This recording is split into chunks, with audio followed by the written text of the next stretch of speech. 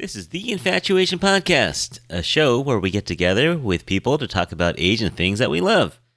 This is Curtis, and on today's show, we'll be talking with fashion designer Colleen Quen about couture fashion.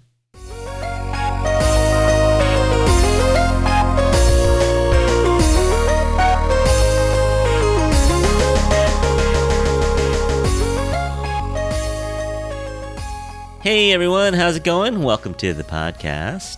Today, we are going to be dipping our toe into the world of fashion, which is not a world that I'm very familiar with at all. So I am fortunate to bring along a couple people with me today to help us through this topic.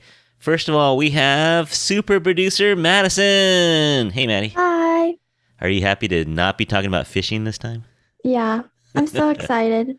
Yeah, no, you've been talking about this one for weeks, so this will be good for you. And coming all the way from Sydney, Australia, you'll remember this person. She's the co-host of the Asian Soup podcast, and you've heard her before on our show. It's Roxane. Hey, Roxane. Hey, everyone. Happy to be back. Yeah, welcome back. And just to refresh everyone's memory, she studied fashion in college in Australia, and then went back to her roots in Hong Kong to work in the fashion industry for 4.5, 5 years about? And then you kind of decided to pivot into digital marketing. Yeah. But you met a really good friend over there, and you two decided to start your own company called KinMade.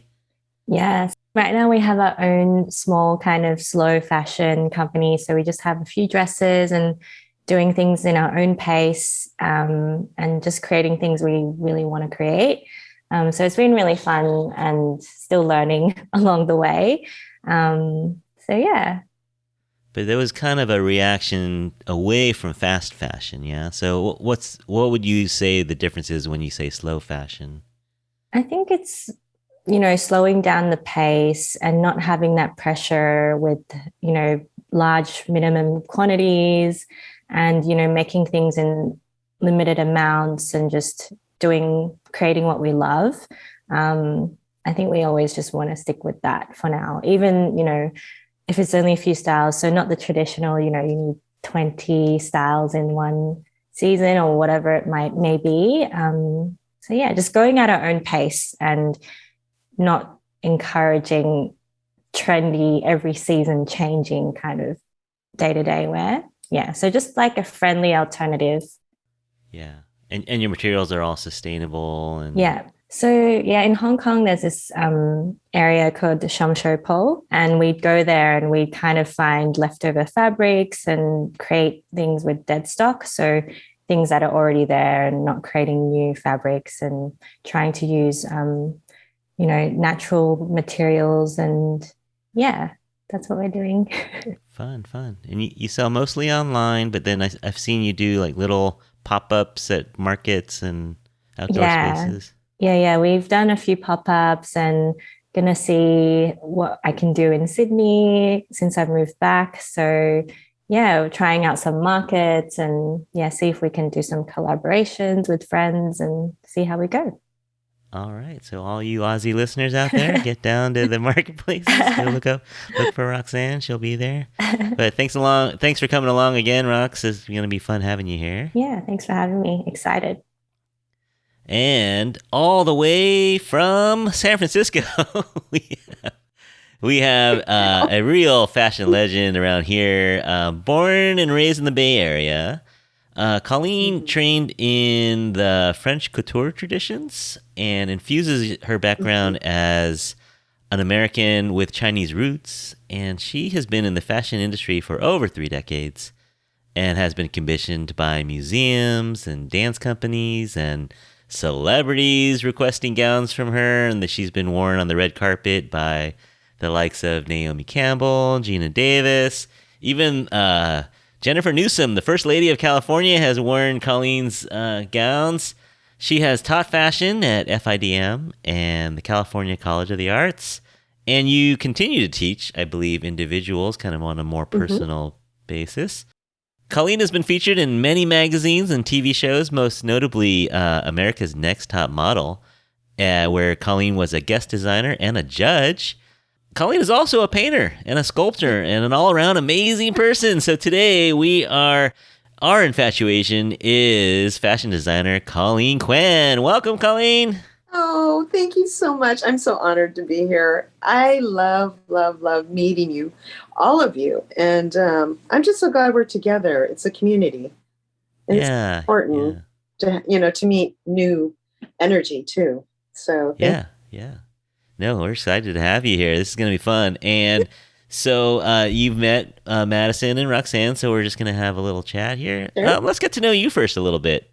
You were born in the Bay Area, but you have roots that go back. I think we chatted on the phone, and I'm pretty sure our grandparents probably knew each other. I have this feeling too. Isn't that wild too? Because I don't know, DuPont Street, which is Grant Street, right? So yeah, and I feel kind of rooted there, but yet it's just new to me because I'm getting back into San Francisco Chinatown too. So it's really nice. Yeah. Yeah.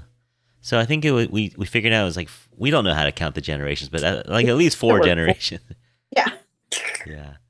And so do you know much about what your ancestors did when they came over here, or when your grandparents were working here? What sorts of things did your family do? Yeah, so my grandfather, which is my father's father, he was born here in San Francisco, and he became actually a medicine doctor. So okay. That was really cool. His father, which is my great-grandfather, brought him over here. So I'm not sure what my great-grandfather was, but I just knew my grandfather was like looking for gold too. And both my parents actually are both medicine doctors, so they're both into healing people. And I feel that's kind of like what I love to do, but I do it through fashion. Interesting. Yeah, that's an interesting way to look at it. Was there any pressure on you? It's like, hey, it runs in the family, time for medical school. Well, so my father, though, is an engineer. And then my brothers were, into finances and engineering too. So I got my computer science degree before I went into fashion design. Yeah, I know. Interesting. So I don't regret any of that, but actually, because couture, it has to do with calculations, and so you become this kind of drafter, and you calculate. It's like geometry. So actually, the math and computer science was very well, it was well taken, and I use it for my own work now in couture. So yeah, I'm sure. Did your passion for fashion stem later in life, or did you enjoy like playing dress up as a kid or doing art? Like, what was the catalyst? Yeah.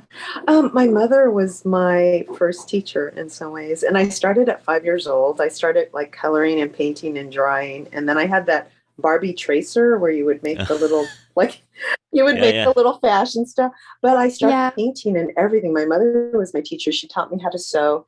And then she would make my dresses, and I would shop at Britex. And then I would choose my fabric. So I was already being acquainted by colors and fabrics and textures, what I would want. So it began really early, like the young age.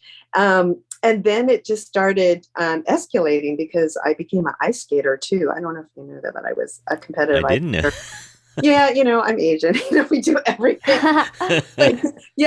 Right. And so, and then I started making my own costumes and for other people. And then, so here I'm doing all this and that, but then it's like my calling was definitely fashion. I love it. It's just so fun and beautiful. And my mother was also very much into dressing very well from head to toe.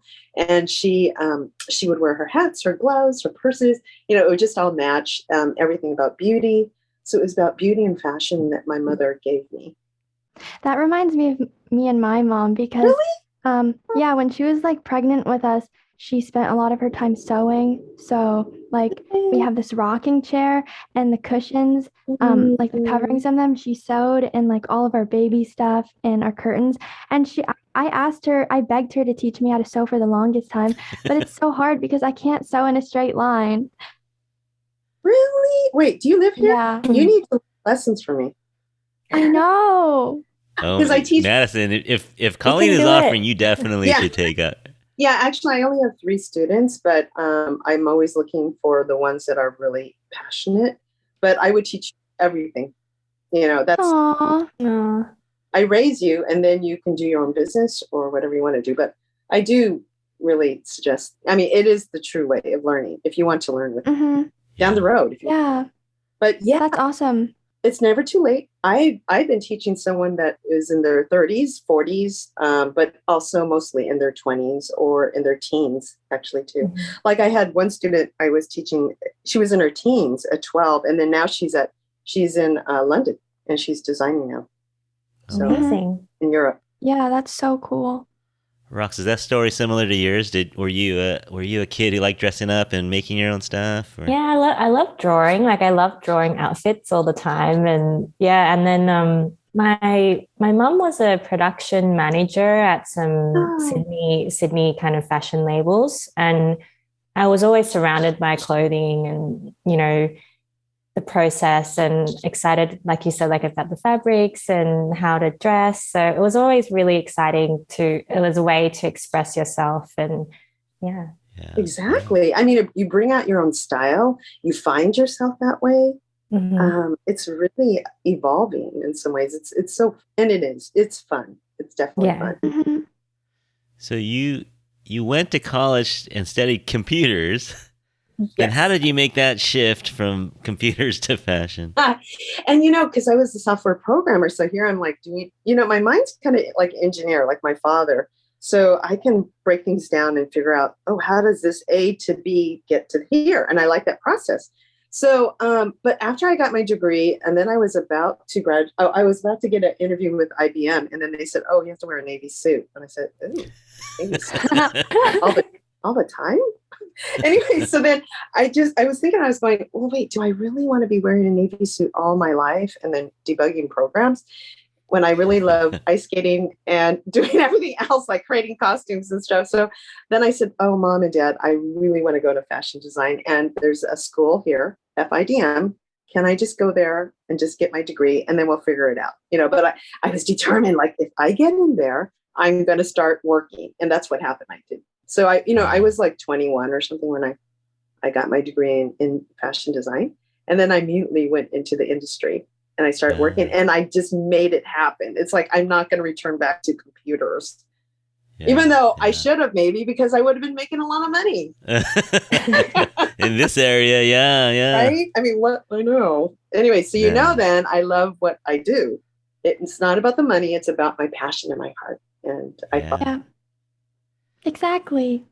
And you fell in love with haute couture, or when did that come into your? So I studied fashion design, American design, and that was at FIDM, Fashion Institute of Design and Merchandising. And then I worked in the industry for 10 years, like with Wilkes Barre, for like different local designers here. And then after that, I met a woman that came from Paris, and she had her haute couture degree in evening wear, and she was in her 60s already. And her name was Simone Sefnet, and she taught here privately. So I actually was working at the Gap, you know, full time. And then I was going to school with her in the evenings and doing all my homework. I was like a workaholic. I'm always a workaholic though. But so then I got my degree with her, and she was able to give degrees in couture, but it was a 3-year program every day. And it was intense, but it taught me how to feel design. It was more artistic. It was a lot of calculation. It's very intricate. It's all about made to measure. I had to study the human body and do measurements and do fittings. And then it's like amazing. You learn the anatomy of design from, you know, like 100 different sleeves, 100 different skirts. Like, you know, I can draft anything out in my imagination now. So anyways, I studied with her, and then I started my own business. Yeah. And so for those of us who aren't too certain of exactly what couture is, I think you shared a little bit about it. What's the basics of it? It's made to measure. So one of a kind, like everything's like a one of a kind. Yeah, and in some ways, you know, we're talking about sustainability. It is sustainable. Do you know that I only ordered the fabric for my client? I don't do mass. I never did mass. I would only make one piece at a time. And each person I meet is like, you know, like I heal them, like I measure them, I create the gown for them, and I focus only on them. They're like I'm like a doctor through fashion, because this is like the highest art of fashion design is this kind of, you know, taking one design and creating it for one person at a time. Every person has its own beauty. And it's mostly hand done, or So it's hand sewn, it's hand drafted, and a lot of it's hand sewn. I teach French sewing, but a lot of it is also machine too. But it's done one, like it would take maybe 200 to 400 hours for one design. oh wow, wow, And so then I'd also, choose the fabric. Mostly it's in silk. Also, it would be structured inside in silk. So everything inside and out is beautiful. And my gowns will last for 20 to 30 years. Like if you took care of them, they're almost like heirlooms. So you can, actually hand it over to your daughter if you have to. A lot of my clients will do that. They will hand it over to their daughters. Yeah. Because my pieces are kind of classic, but has a little edge to it. But they're very timeless. Like, I can't believe, Curtis, I just got another order from Madame Butterfly, and that is like a 30-year-old design. Yeah. We're gonna have to get some of your pictures to put them on our Instagram, because we're on radio, which is not the best for a fashion show, but we'll have to get some of your class or some of your favorites, and we'll put them on our Instagram if that's okay with you. Sure. Yeah. Because people need to see these. Yeah, and couture is all about not skimping with fabric, right? So it's like I can have a gown that has 60 yards of fabric, a chiffon, and it just looks like it's just everything is very luxurious. Now that's where, of course, that's not. I don't know. I guess it's sustainable, but it's a little bit more luxurious. But you don't have to go that way. But I'm just saying everything is of the finest because it's a luxury item. It's just beautiful. It's like a jewelry piece. It's a collector's. It's not like you're going to get like a trend and buy a whole bunch of them. It'll last forever, though. It's beautiful. And it fits like to a T. So I make sure that everyone's gown fits perfectly on them, perfection. As long as they don't gain weight or lose weight. If they gain weight, like I used to do that for brides, and they come in a week before the wedding and then they're 10 pounds smaller. And I was like, oh my gosh. And then we'd have to take it in, and it would have to be a certain way that you take in the darts. But I teach all that, there's a geometry of the whole body. It's like a 3D kind of, lesson. I don't know. It's interesting. I see everything in dimension though, not flat, just. Yeah. It's like kind of like that visual. There's like this hierarchy of intelligences, or not hierarchy. There's these different intelligences, and some people are really good at numbers, and some people are really good at language. But there's this one intelligence called spatial intelligence, and you probably have that. Yeah, and like I even see things through sound because I used to design costumes for the ballet for Alonzo King for like 15 years. So I meet all these composers and they create this music. And then, they could be from Morocco. They could be from Africa. Like I get all these cultural people. And then I learn their music and I look at the dancers. And then I start seeing shapes on the dancers while they're dancing. And then I create the shape. And then I make it so it fits for them. But I see sound, vibration. I can see creations through that too. So I see things through different senses as well. So like, I don't know. I guess because I've done this for so long and I also play music. I play like 5 different instruments. I can see things in so many dimensions. And then I was a dancer. So I see things in movement, there's sound, and I feel everything. And then it all kind of works together. And then I paint too. I know. I'm just like lighting up right now because I don't know. That's so cool. Yeah. I mean, everyone can do that, right? It's just a matter of you opening up your senses. And so when I have students, I help them think that way. I used to be a conceptual teacher at CCA. So I would help my students to expand their visual. It's not only visual, it's sound, it's taste, it's smell. How do you interpret that into a creation, into a concept? And I like pushing you to do things like that. I'm a teacher. My first initiation of when I was born, I either wanted to be astronaut or a teacher. So I guess I'm a teacher. But I like to learn and then teach. Yeah. And help others to be their own beauty. You know what I'm saying? Mm-hmm. Yeah. Yeah. I think it's so cool how art inspires other art. Like I know you've I don't know if it was a sculpture or like a collection you did inspired by Debussy, but I love Debussy. Oh yeah. And I just did it recently. Did you see that documentary? Mm-hmm.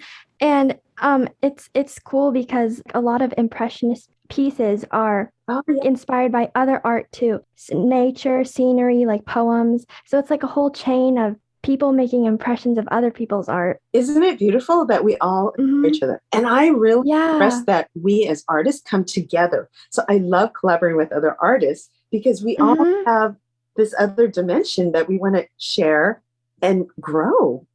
We grow. We can't stay still.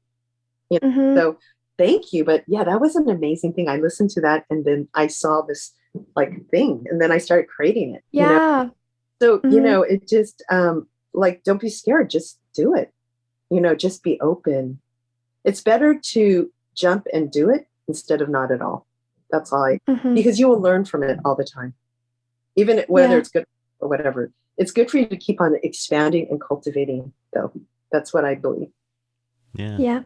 That's interesting. We just had an episode from an entrepreneur, and one of the things that he said is when you're starting a company is to, you know, fail fast or, you know, fail often and fail fast and, you know, learn from it and don't make the same mistake twice. But it sounds like that flows into the arts as well, you know. Design. Oh, yeah. You have to keep, on pushing yourself to learn. You have to be your own teacher, actually, because if you don't, you're gonna get bored. And then also everything's going to look the same. And you need to mentally and all of us, I think, don't we all need to keep on growing in some form? Yeah. Right. And so, it's important to do that. Definitely. I agree.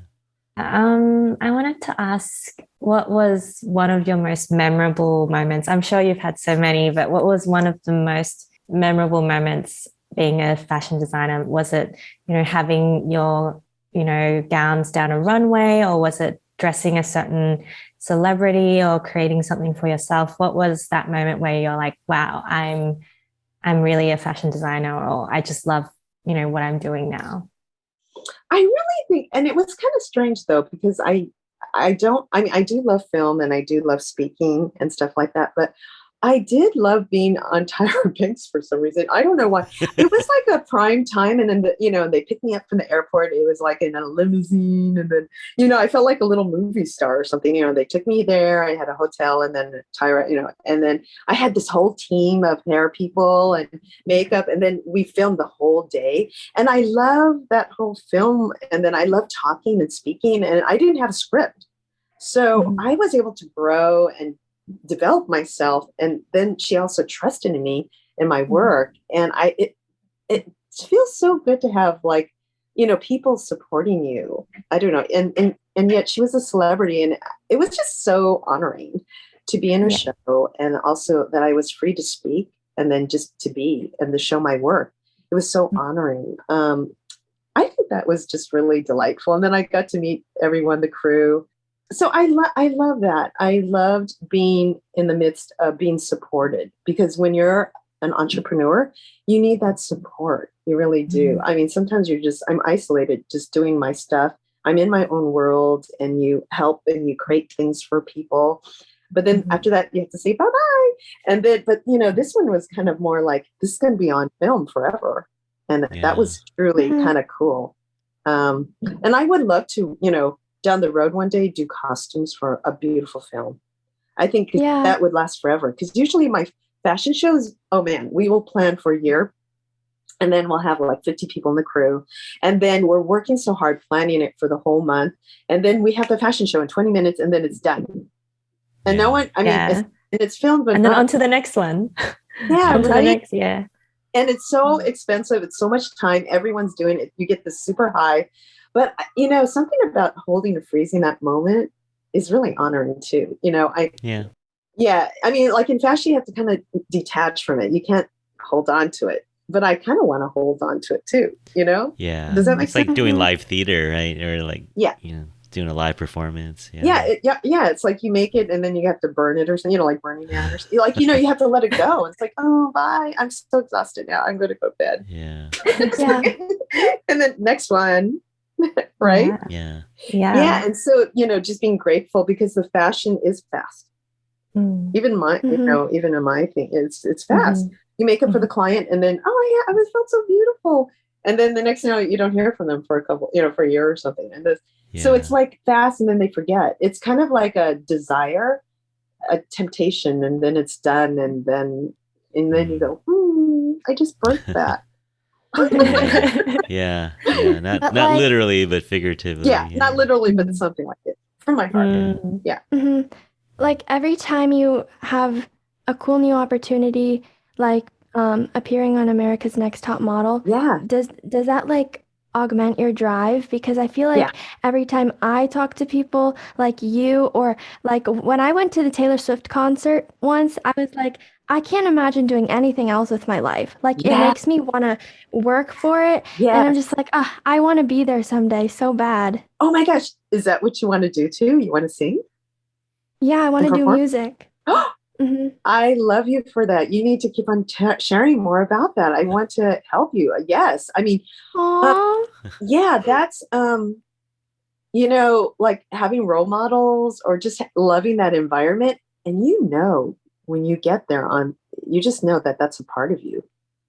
I don't know. It's just something like, I need to be there. And you will be there because I Yeah. wanted to do this and I made it happen. I never let it go. I never let go of my goal because it's a part of me and I can't waste my life not doing it. And that's what we're here for, actually.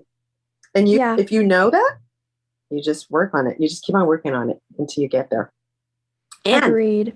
Honestly, like the more that you put towards it, the doors open, like the gifts from God brings even more challenge to you. It's kind of wild now because every time I go, okay, I want to do now this, it actually happens. And then you go, oh my God, it's like, I should have been careful what I said. But it's all good because the universe wants you to do that. And then you go, can I do it? Can I do it? And then the universe is going, well, you better do it because I'm giving it to you. You just asked me, and it's so true. You don't think you're ready, but you are ready. And you just jump. I'm always jumping on the edge all the time. And I'm almost 60 now. I still keep on jumping off the edge. I will never not jump off the edge, or I might as well just be asleep. Period. That's a right? great outlook. Yeah. Why not? Yeah. Jump on the edge and just try it. If you have that door open, go for it. Go for it. Yeah. And I don't mind, actually. I never actually, my parents always said, oh yeah, you made that, okay, maybe you made some mistakes, but actually those mistakes become really good lessons for you for the next one, right? Like that's what Curtis was talking about. And you need to have those in order to polish your character so that you can build this experience. So when you hit a certain age, you just go, I know what to do. And then it's just, you get into different levels, of your life. And since I'm older now, I've just learned all these different levels. Like when I was in my 20s to 30s, I was just experimenting everything and I didn't know, but I just took the chance. 30s to 40s, I made it happen. I did my own business and I wanted to do that. And then 40 to 50, it was like, oh, wow, I came to my prime and everyone wanted me and then I can do whatever I want. And then like 50 to 60, I decided to, oh, wow, I'm kind of like fine wine now. Like people are kind of like acknowledging me and not underestimating me. And I can really stand my voice. And I'm turning 60 now. And it is even better in some ways. I'm older. I'm aging, but it's okay. I feel I can even do more, but I'm very selective now. So, you go through all these different levels. And I'm so excited for you because you're a baby. So you're going to learn so much. All this, every day is a journey for you. It's a beautiful journey. That's all I can say. It's super beautiful. I'm very positive though. All the time. I love how you went through the decades. And I feel like, I don't know, I'm in my early 30s now. And I feel like you're a baby. Yeah, but then Madison's even more baby. But I think it's like while we're going through, or sometimes I get like a bit, oh, what am I doing this for? Or, why am I even trying to start this? Like, you don't know what's happening later. But then I love how you went through it. And it's like, you just do it and things will come. And it's very inspiring to know that. So you're doing your own business and this is time. You're going to be it's so exciting. Right. I mean, of course, as women too, I'm not sure if you're married or if you want to have children. I mean, there is those challenges that we have to go through, women too, right? Do I want to, like what I want to do with that? But other than that, though, if you have this passion in what you do and you have your own business, it is the ultimate. It's like the best. I don't know. It just gives you learn so much from this. You develop these leadership skills and then you can help others. Do you know, like this is your path, is to help others too, eventually. Amazing. Yeah, I hope so. I really hope so. Life is like school to me. Yeah, it is. At all Big ages. lesson. Yeah.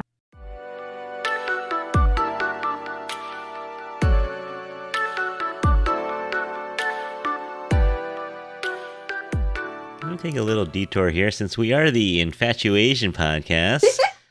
We had a little chat about you spending some time in Shanghai and Hong Kong and working with the famous Chi Pao or Cheongsam, right?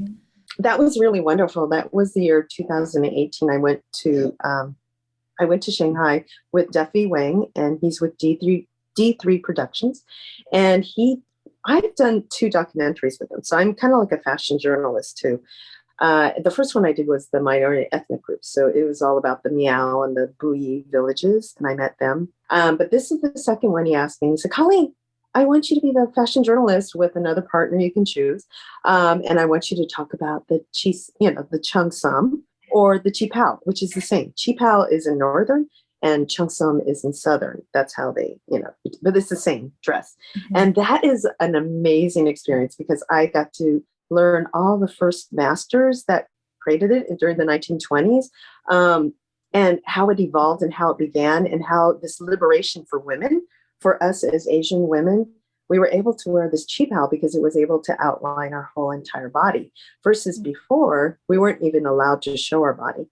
So this was a true, almost like women can vote kind of thing. It was like our liberation. It was our way of having this beautiful kind of very sexy kind of, but yet kind of mysterious dress that it outlines your body, right? And only the socialites would wear this because they could afford to have it made. But now, of course, it's produced all over the place. But I got to meet all the tailors and just the story of it. I went to Shanghai and I met with all these older Shanghai women, and they taught me the whole etiquette of wearing it, how to sit, how to walk, how to drink tea with it, and I loved it. I was like the Shanghainese woman learning all about this. So I learned about it. And then eventually it went to Beijing and then also Hong Kong. And Hong Kong made it much more sexier. The slit got higher, but in Beijing, it was much more intellectual, right? So the slit was lower, it wasn't so fitted, but in Shanghai was more fitted, but Hong Kong made it more contemporary. But I just love the whole evolution of it. And now I want to make my own collection because I feel like I've been chosen to kind of honor it, our Chinese roots, and yet also take it to couture. And so I want to take it more into this French kind of Chinese way. And I mean, I don't know. When I got home, I designed 200 different concepts already. I know. So you have to do it. Yeah, you have to. I'm so excited. Yes. Yeah, and I feel I'm 60 now, and I don't want to do like evening wear anymore. I just want to do my Chi Pao because it's our group. Yeah. And if I had to leave this planet, I want to do 100 of them, and then at least leave this kind of legacy or something, for my roots. Yeah, and bring it to the future. What's happening now? Yeah. And there's a little overlap, right? Because it is so fitted. It's right up the couture alley, right? With the hand fitted. It is. And so I met all the tailors, and then they were, showing me all the techniques, and they were already naturally very couture. And that's what I wanted to bring into the Chi Pao documentary is that, yes, I study French couture and I'm, but they're just as much couture. And I wish this documentary came out, but it was supposed to air on PBS, but because of the virus, it was kind of sticky. So it hasn't shown. It hasn't shown yet. No. One day. Yeah, I hope you can do another one when you, as a launch thing for your 100 Chi Pao. Oh my God. Document that somehow. What do you think? That would be amazing. No, that would be amazing. Yeah. Oh, I would love it. Yeah. I'm just looking at your brush strokes, imagine that in embroidery or something. It's just, you've got everything, I think. Really? Thank you. I know. And then I got to meet all those beautiful embroiderers that can do that. It looks like brush strokes, right? And their stitches are so tiny and their threads are so thin, like silk. And and it just made me appreciate our Chinese culture more. And wow, we have really old roots, we're like pioneers, and yet we're kind of humble and quiet about it. but I'm here to speak and to share. Although I'm very Americanized, like I don't actually even speak Cantonese or Mandarin. I can't, but I speak through other ways. I play Yeah. guzheng, I play eru, and then I do qigong and tai chi, and then I do Chinese watercolor painting. So from there, I'm just doing it more visual and more spiritual. But I don't speak the language, but I speak in other ways. So when people go, "Oh, you only speak English, you don't speak Chinese," I go, "Well, my language is art, so my language is very universal, actually." That's a beautiful take. Yeah, I can go anywhere. I can go to Paris and they'll understand my work. I can go to China. I shared my work in Shanghai, Mocha, and displayed my butterfly dream. Yeah, that was at the Shanghai Mocha Museum for 3 months. So my work can be interpreted in so many ways. It doesn't have to be the literal language, actually. Yeah. Now, was that, like, for me, I grew up in the 70s and the 80s when it was kind of the time of assimilation where we were, I didn't learn Chinese either, and it was kind of more like, you didn't? no, yeah. no. So it's trying to like blend in, just don't Hi, be more brother. American. Yeah, right, Yeah. right. Was your love of Asian things and Asian style, was that a little later in life, or has that always been part of your fashion and your design sense? Well, I think when I first was born, I just thought of myself as a spirit, Like I didn't even think of myself as Asian because I was with, German, like all kinds of different people. My best girlfriend was German. So then I didn't really have a lot of Asian, friends until later on, junior high or something. But I didn't even think of our culture actually until after Yeah. I came out into the world, when people were going, "Oh, why aren't you speaking?" And then I had an identity crisis actually Yeah, when yeah. after I graduated from high school. And then I got a little depressed because I was going, "Oh, well, Who who am are my? I? Yeah, I'm yeah, a Twinkie, banana, or what? No, I'm Colleen. Like, I'm a spirit." Like, and so then I did have a really major identity crisis. And then I was yeah, going, "Oh my gosh, I need to know my Chinese roots." And then that's what happened. Like later on, like my mid-20s, after I started fashion, I wanted to do some tributes. Like, what do I love? Flowers and all. It's kind of funny though, because I love flowers and nature and everything. And then I started studying Taoism, and it has to do with everything like this. So it's already part of my DNA. I didn't yeah. even know that. And then every time I go back to China, I go, "Oh, wait, that's what I love." And it's only, because I'm Chinese. I don't know, because it's just like in me. Yeah, yeah. Does that No, I make know sense? exactly what you're saying. I know And exactly it's what you're kind of saying. spooky. But then when I go Yeah, back to China, I go, "Oh my God, I'm home." Like everyone looks like me. Like, like and even though I don't speak, but then I feel the values, like the yeah. same values. Like you're home. Yeah, Yes, I'm home. And in that Chi Pao documentary, I was crying at the end. I was saying, "I'm home." I thought I was yeah, far away from my home, but I'm actually home. And I feel so good. I just feel more yeah, connected. It's really important for me. I'm only speaking for myself, but it is really important because here it's kind of like scarce. We're just a group of us. And my only role model, which was was my mom. But I'm seeing the role models weren't as much. So I want to be a role model too for women, Asian women too, because and in the art field, so like I don't. Yeah, I want to do that because it's hard. I didn't have a lot of role models though during my time. I had to be my own. yeah, yeah. That. Word. See, that's what I want to be too, because Yay! like I think it's getting a lot better now. But like growing up, I didn't see a lot of Asian women in entertainment. So, Yes, right. Yeah, yeah, especially in like American media. Yes. K-pop is definitely coming Oh yeah, in and sort of infiltrating like everybody loves K-pop now. I But know. like growing up, I didn't have any of that. yeah, Yeah, right. And so you didn't have that, but we become warriors this way too in some ways because we go, "Oh, there's not. Well, then I'm going to be the pioneer." Yeah. Are you even more determined to be the one that stands out and Yeah. becomes that spokesperson, Honestly, right?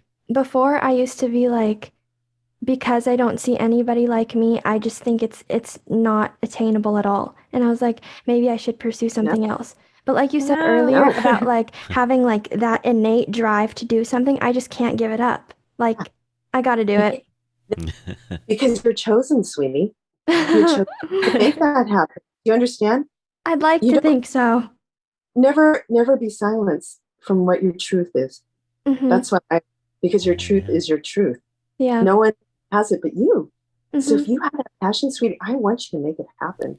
And I'm here for you too, as a sister, Aw. because we need to keep supporting each other with this. We Yeah. need people. It only takes one or two people sometimes, and then it just kind of grows. Like Yeah. you know, you So just true. have that family village. Yeah. And I know because I'm a pioneer. I was by myself doing this. No one's a Yeah. furry over here. And I'm still people still don't understand what I do, which is fine. It's just, I just do it. I just go, well, just look at my work. You know, it speaks 1,000 words. So just do your work. Yeah. Just do it because your work will speak a lot, and Mhm. do it from your heart. And if it's from your heart, it just grows. Oh my God. It's like the most beautiful message, and you will never regret any step that you've taken. I never Mhm. regret any of my steps that I take. And I always do my best. I never do half. I do my best all the time. Because every time you do your best and you get invited to do something, you grow more. If you don't do your best, no, do Yeah. your best all the time. Be grateful. Yeah. Be grateful and be humble, but do it and make it happen and surprise them. You know, Mhm. surprise, because you are a gift. Thank you for that. I'm being really honest. Mhm. That's so You're gonna make her nice. It's cry, so Colleen. beautiful. No, And I, yeah. no, yeah, you have so much wisdom, and I had a bad day Mm. today, so that's so nice. Oh. What? Oh no, then I'm sprinkling you with lots of love and I know. And I need you because you're our generation. Yeah. You need to take the torch, sweetie. Please, you Oh, down. Do you understand? I feel that. Think about your mother and your grandmother. I feel they're all behind me right now. And they're going, please do this for us because we weren't able to have that voice. mhm. Yeah. Please do Yeah. this for us. Be the voice. Be our voice.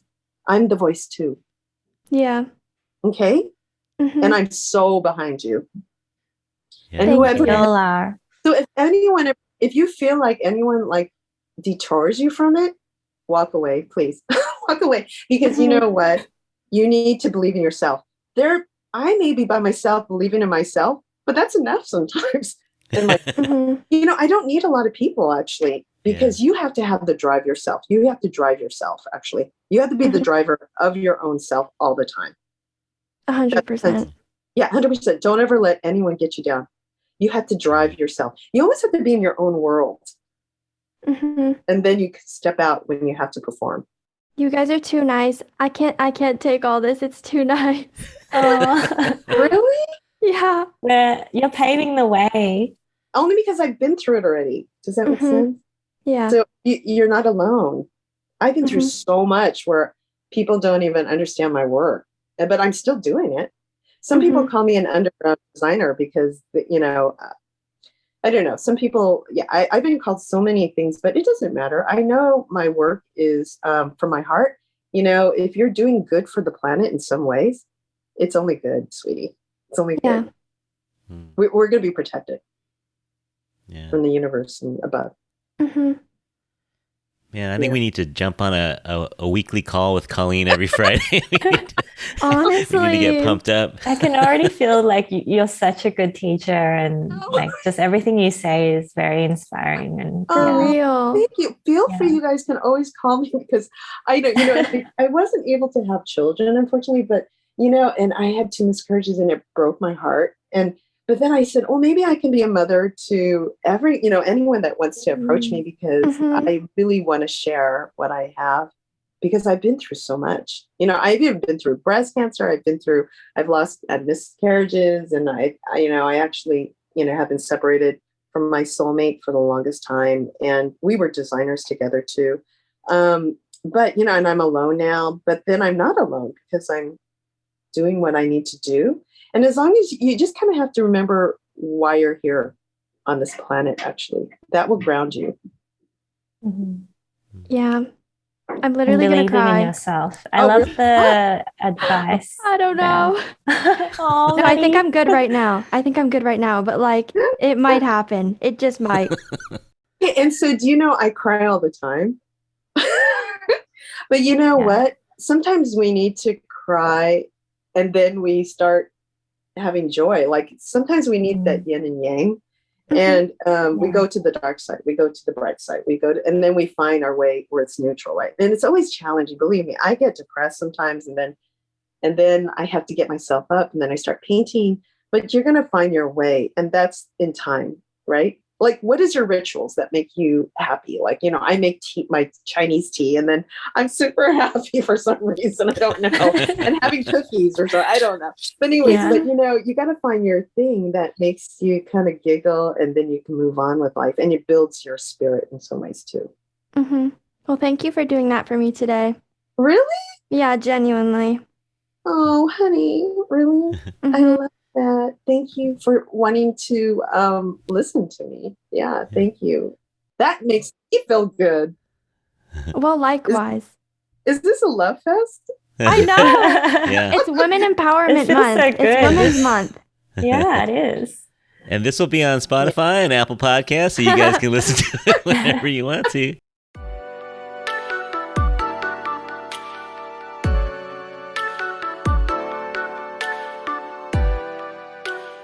We were chatting the other day too, a little bit. I've noticed you've been doing some things in our local community, especially Chinatown. And so, what's your connection with Chinatown? Did you grow up down there, or just visit it on weekends like I did? Because back in the day when we were kids, right? If you wanted good Chinese food, you had to go to Chinatown. That's like the only place I loved it. Even what's that bakery called where they have the little melon cakes and the little moon cakes, the Golden Gate. Yes, my mom grew up with that. You know, like yes. So that was like, yeah, definitely. Or I buy like Chinese jewelry there. It's like we'd go there, me and my mom, and we'd buy the Chinese jewelry. So yeah, Chinatown was just more a visiting place when I was young. But as I'm getting older again, I'm coming full circle. And the more that I'm learning more about minority ethnic groups, the Miao, the Buyi, and then also my Chinese Qipao, I want to go back to my San Francisco roots because that's where my father was there. He lived in Chinatown. My grandparents had their medicine store there on Grant Street. So I'm coming back now. And then for some reason, again, I brought it out in the universe 2 years ago. And the next thing you know, Ed, he was a good friend of mine. He said, well, do you want to do a photo shoot there? I go, oh my goodness, that'd be so great. I want to bring out my iconic pieces. I'm coming back to, San Francisco, my roots. And then the next thing you know, I had the, what are the burlesque women? They're so great. The Grant Avenue Follies. They were burlesque dancers. Oh, yeah. And they're Chinese, and they're like in their 70s and 80s. Oh, I love it. They're so inspiring. And so they invited me to do a fashion show. So I'll be doing a fashion show with them in August. And so things are starting to pour in. And then I said, oh, I want to do a mural art. And then now I know someone has found a place for me on Ross Alley. Oh, wow. And that's a very monumental place. It's a legendary place, right? Yeah. And so I'm going to do a mural art there. And I want it to be very iconic and very celebrating, bringing in the Chinese roots and stuff. So I'm working on that right now. Wow. I'll come to San Fran when that mural is ready and take photos there. Yeah. You're really an artist. You have like dipping your toes in all forms of Yeah. And, I'm not afraid because someone said, well, you never did a mural before. I go, well, I did a couture piece. I mean, I don't know how much difficult can it be? I mean, I put expectations on myself, but then I know I'm just going to make it happen, whatever that means. Were you ever tempted to move to New York or Paris or Milan or one of those different destinations? Yeah, not New York, but Paris, definitely, because I study French couture. And every time I go to Paris, I feel like that's my second home. And I love their culture. So I love Paris a lot. Yeah, that would be my second home. But San Francisco has always been where you come back. San Francisco is my roots. And I'm kind of old fashioned in a way that I like to stay where I am. My roots are. Yeah. Because, we traveled from China, right? I don't know. I was so, and people are going, why aren't you going to New York? Why aren't you going? Well, why can't I be here? Yeah, and yes, there's not much fashion here, but that doesn't mean I can travel. I can travel and bring my fashion anywhere. Sure. So I feel like you have a very strong sense of like yourself and then your spirituality as well as your creativity combined. Like, how did you start that spirituality and like where did you find that? Because it sounds like it's helped, or I don't know, it's definitely a part of who you are and how you send your energy out. And yeah, I think we can all feel it. Yeah. Oh, really? Yeah. Yeah. And I want to give that, right? But I learned like Qigong and Tai Chi right after I couldn't conceive babies because so they were thinking that my acupuncturist is saying, oh, well, maybe you can get it through spirituality, through Qigong. And, there's a blockage going on. So then I understood about the energy of how we are. And do you know, this is like really old, our roots. It's like, 3,000 years old. Like, it's not like it's like a new trend. This is part of our ancient roots again. And I'm going, oh my God, I'm going back to my roots again. And so it's very simple, but it's so advanced. Right. So then I started learning that when I was in my late 30s. And I didn't know the spirituality came out where I learned how to root my internal. And I'm always like, giving blessings and gratefulness. And it grounds you instead of just taking everything for granted in life. It's not a part of that. It goes hand in hand. We need to do both.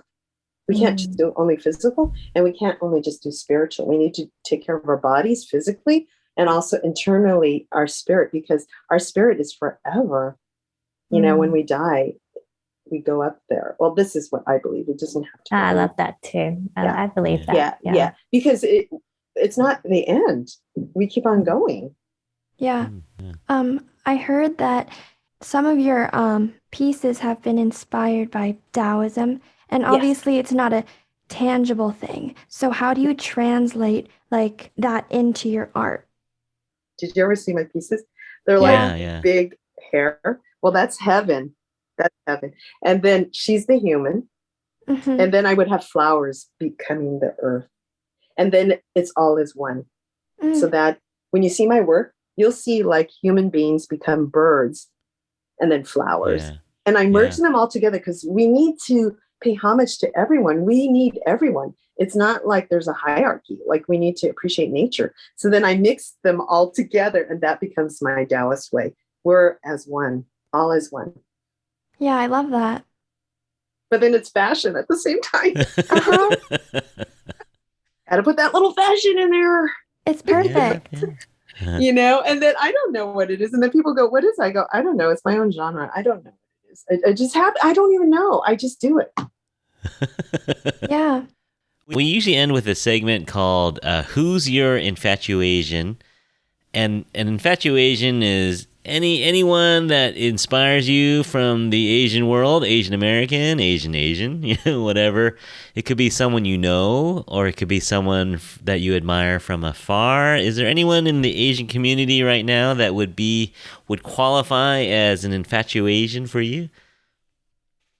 Okay. Oh, okay. Let me see. Okay. Yeah. It's not my community, but it's my family, and it's my father. And he's 91. He's so zen, and nothing affects him. He's almost kind of really like a saint. But it's so wild. He's 91 right now. He's getting dementia right now, though, too. But then I just noticed being with him more for 4 years, like caretaking him, that he's the most zen person. Like, anything that's happening, like real crazy, I don't know. He'll just go, honey, don't worry. It's, it's okay. And he's always treated me that way. He's never yelled at me ever in my life. He's always optimistic. He's never judgmental. He never complains about anything. And he just goes, oh, what a ding dong. But then that's it. And I didn't notice this until he was 90. Like, it took me 60 years to understand him. But like how I have such a great role model. As a father, and he's teaching me still till this final stages right now. He's teaching me how to live life in a very peaceful way. So he is my infatuation. I love my father. I think he's gorgeous and he's very handsome and he's such a beautiful man. Yeah. And he was so loving to my mother, and he was married to her for, 70 years until my mom died 4 years ago. And when he smiles, and he smiles, I see his and his eyes glitter, and he's like a part of like God or something. Like he's just a light to me. He's like a bright light. Colleen Quen, thank you for coming along and pumping us up on a Friday night. We're super happy to have you here. Is it better than champagne? Oh yeah, for sure. For sure. So, you guys pump me up too. I love you guys. I love your smiles too. I know, and I love that you share with me, and I just feel really honored. So people can follow you on Facebook at COLLEENQUEN, or on Instagram it's at Colleen Quen, and I'll put this in the notes so people can just click on it. That sounds great. Colleen has a website called quenlife.com, and I'll spell that out on the notes so you can see what Colleen's been up to, as well as what she is currently up to. So lots of good info there. And let's see, Roxane, thank you for coming along too, all the way from Australia. No, it was so nice to meet Colleen and hear about your story and be inspired just about spirituality and your process. I'm so happy. Yeah, because it sounds like you're very spiritual too. I'm getting there. I feel like you're on a next level, but I hope one day I can, be as zen and positive and kind of, I think that's really beautiful. Yeah, and I didn't learn that until I was in my later 30s. So you still have some time. If you're not ready yet, you know what I'm saying? Because you are exploring yourself right now. Yeah. That's true. Yeah, thank you. I know. I wish you so much, and just so much success in your business. I give you so much credit for doing that. Thank you. Doing that and not giving up, and just make it happen. I'm so proud of you. So I'd love to look at your work too. So that Thank you. And if you ever need help or anything, anything, please feel free to. Yeah. We'll keep going. Yeah. Thank you. and you all out there can follow Roxane's company at kin_made on Instagram. And you can also listen to Roxane, and she comes out with episodes every other week on the Asian Soup podcast. And you can listen to her on Spotify or Apple. And of course, thank you to Maddie for coming along and working the soundboard as usual. And everyone out there, thank you all for listening. I hope you learned something today. I think everyone out there is pumped up and learned a little bit about fashion, but learned a lot about life probably just by listening to this. So thank you all out there for listening. You can get a hold of us at infatuasianpodcast@gmail.com. You can also follow us on Instagram or Facebook at The Infatuasian Podcast, and all these details will be in the show notes. And please follow us wherever you get your podcasts, on Spotify or Apple Podcasts. You can leave us a rating there or give us a review on Apple. That would help us out a lot. But until you hear us again, on behalf of Colleen, Roxane, Maddie, and myself, we hope you're all happy, healthy, and safe out there. We'll talk to you again soon, and bye. Bye. Take care. Thank you.